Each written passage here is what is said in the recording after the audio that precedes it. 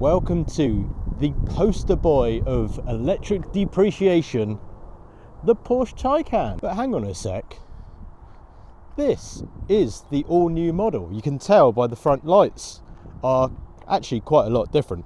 They've lost the teardrop kind of look they had before. They're a bit squarer, a bit more corporate looking. Now, is this car going to change the depreciation worries of potential new owners? Well, we're going to jump in and find out in a sec, but for now let's have a look around the outside, see what's new. Well, this looks like a good place to start. There are new wheel options on this car and they are all functional changes. They're more aerodynamic, therefore more efficient, and therefore more range. And this car does have a lot more range than the previous model. Design changes on the rear of this car are, well, minimal, but this is a Porsche. They are the kings of minimal design changes from generation to generation. So what do we expect? There is a new rear light bar in which, I got some footage of this earlier, the Porsche lettering lights up red. I'm not sure on it. It looks, well, I'll let you make your own mind up on it. It's a design choice. Inside the boot, space is pretty decent. I mean, you're not going to be moving house in this thing, but it's pretty good for day to day. There's, for some reason, a child seat in this. It's pretty deep, pretty big boot.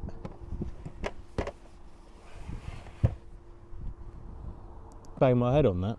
That's something to note. Apart from that, the rear seat is pretty good. There's a fair amount of space back here. Knee room is good, leg room is okay, but because of the coupe shape, you do kind of bang your head getting in and out of it. There are a few new colour options as well. This one, I'm not personally so sure on. It's kind of like a purpley, pinky, mauvey grey. It's called Provence, or Provence, probably, if you say it properly. I'm not too sure, but there is a really nice new slate grey Neo colour, which looks really good. Now, you might be thinking, oh dear, they haven't really changed the outside at all. Must have done it inside. Well, from where I'm sitting, it doesn't really look all that different from the previous model. That's no bad thing, because the previous model was a lovely place to sit. It was true Porsche quality. There is a passenger display, which was an option on the previous car, but now I can't see it from here. The passenger can see it, which I guess it's a passenger display, so why do I need to see it? But what that means is that the passenger can sit there and watch YouTube or watch Netflix, and I can drive. So that's kind of good, because otherwise, if I could see it, they wouldn't be allowed to do that, because that would be illegal to have a streaming thing whilst you're driving along. So if it's not the styling that's changed, what has? Well,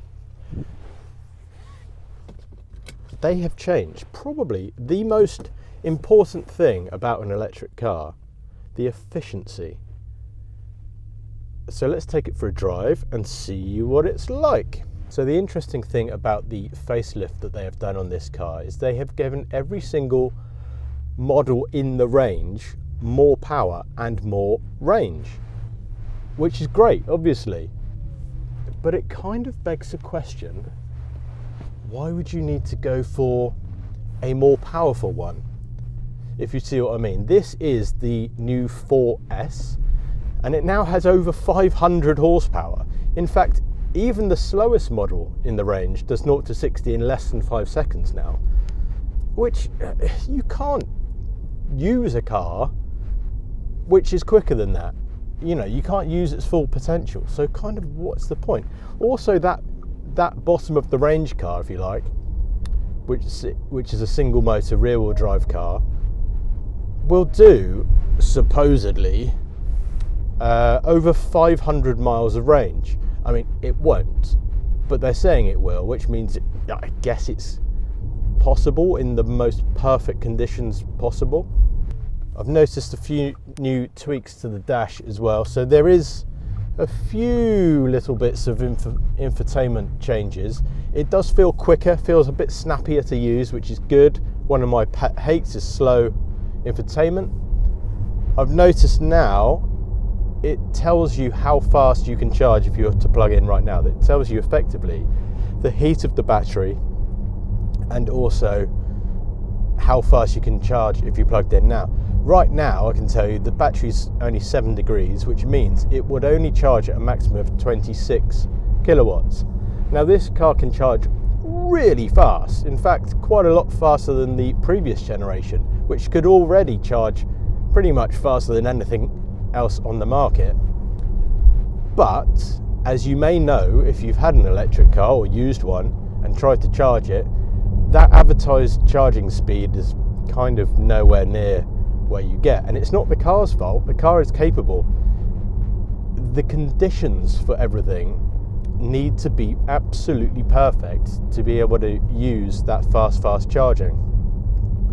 I'm talking no one on the charger next to you. I'm talking having a really super fast charger in the first place, and the heat has to be in the battery, because if the battery's cold like it is now and you try and chuck 300 kilowatts of power into it, it just says no thanks, I'm not having that.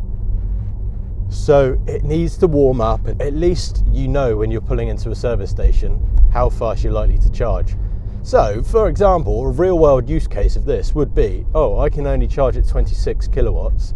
Why would I pay extra to go on a 250 kilowatt charger when I could just pay the cheaper 50 kilowatt charger rate, because I'm only going to get 26 anyway.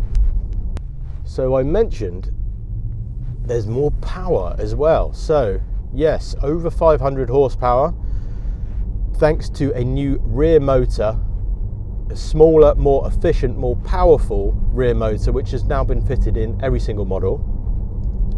And well, it feels like fast. It feels really fast, really fast. It's kind of unnecessarily quick, isn't it?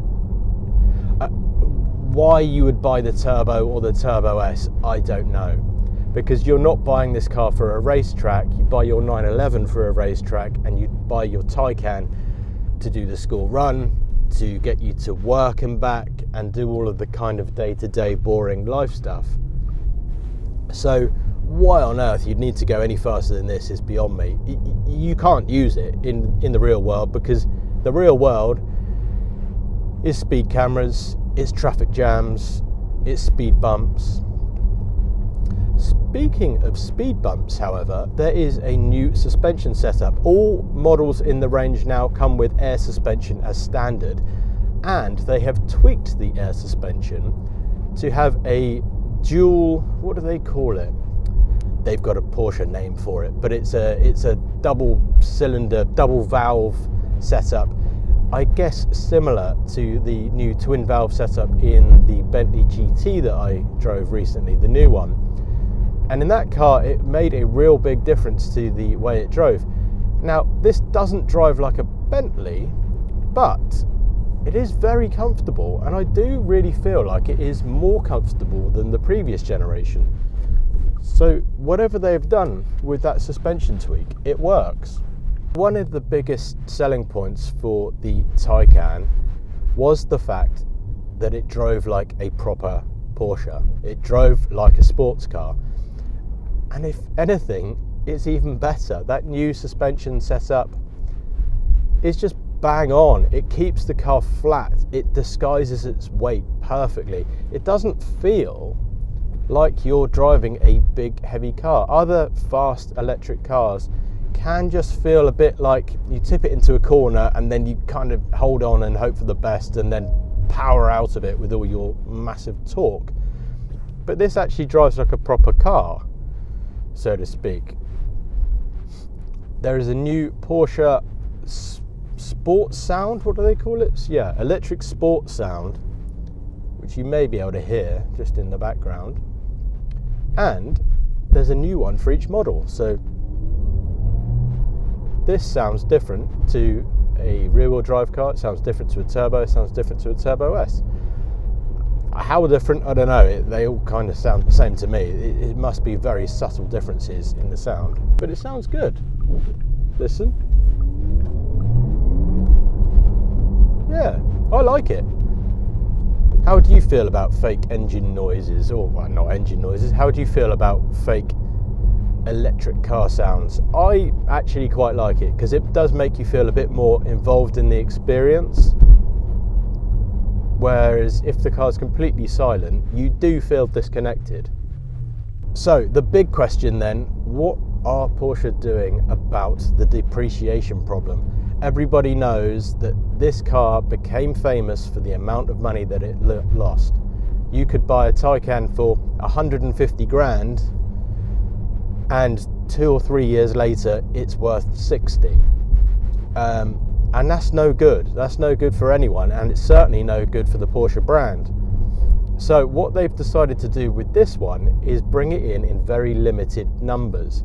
The amount of cars produced are going to be far, far fewer than the previous one, in the hope that because it's limited and those improvements are definitely there, it's going to hold its money, or certainly hold its money a lot better than the previous model.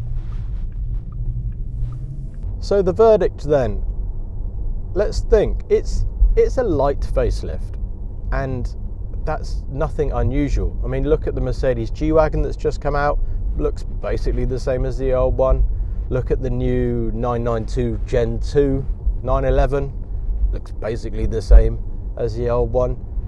And every manufacturer is kind of just making the same car, but with loads of different tiny little tweaks. And this is the same, but the crucial thing is, if you have enough tiny little tweaks, it adds up to quite a big difference. And I've got to say, this is a nicer car than the previous model. And also, I mean, let's cut to the chase here. If you want an electric car and you want it to be luxurious and powerful, this is the best car you can buy, hands down. There's no arguing that. The Porsche Taycan is the best electric car to drive if you are a keen driver. It is also, in my opinion at least, the best looking electric car. It's now one of the most efficient electric cars. It offers some of the best range of any electric car, along with some of the best performance, best handling, and it's kind of everything. It's everything you want. And they also do an estate version. So if you need a bigger boot, or if you need to put your dog in the back, or if you need a kind of bigger family car, that's the car I would buy. I would buy the Sport Turismo or Cross Turismo 4S. I wouldn't bother with the Turbo S, to be honest with you, because you can't use that extra power in the real world, and this is way quick enough. Honestly, this is really, really quick, this car. So there you go. There's a little first drive review of the Porsche Taycan 4S for 2025. I hope you liked the video. Please subscribe if you would like to watch more first drive car reviews, and I'll see you in the next one.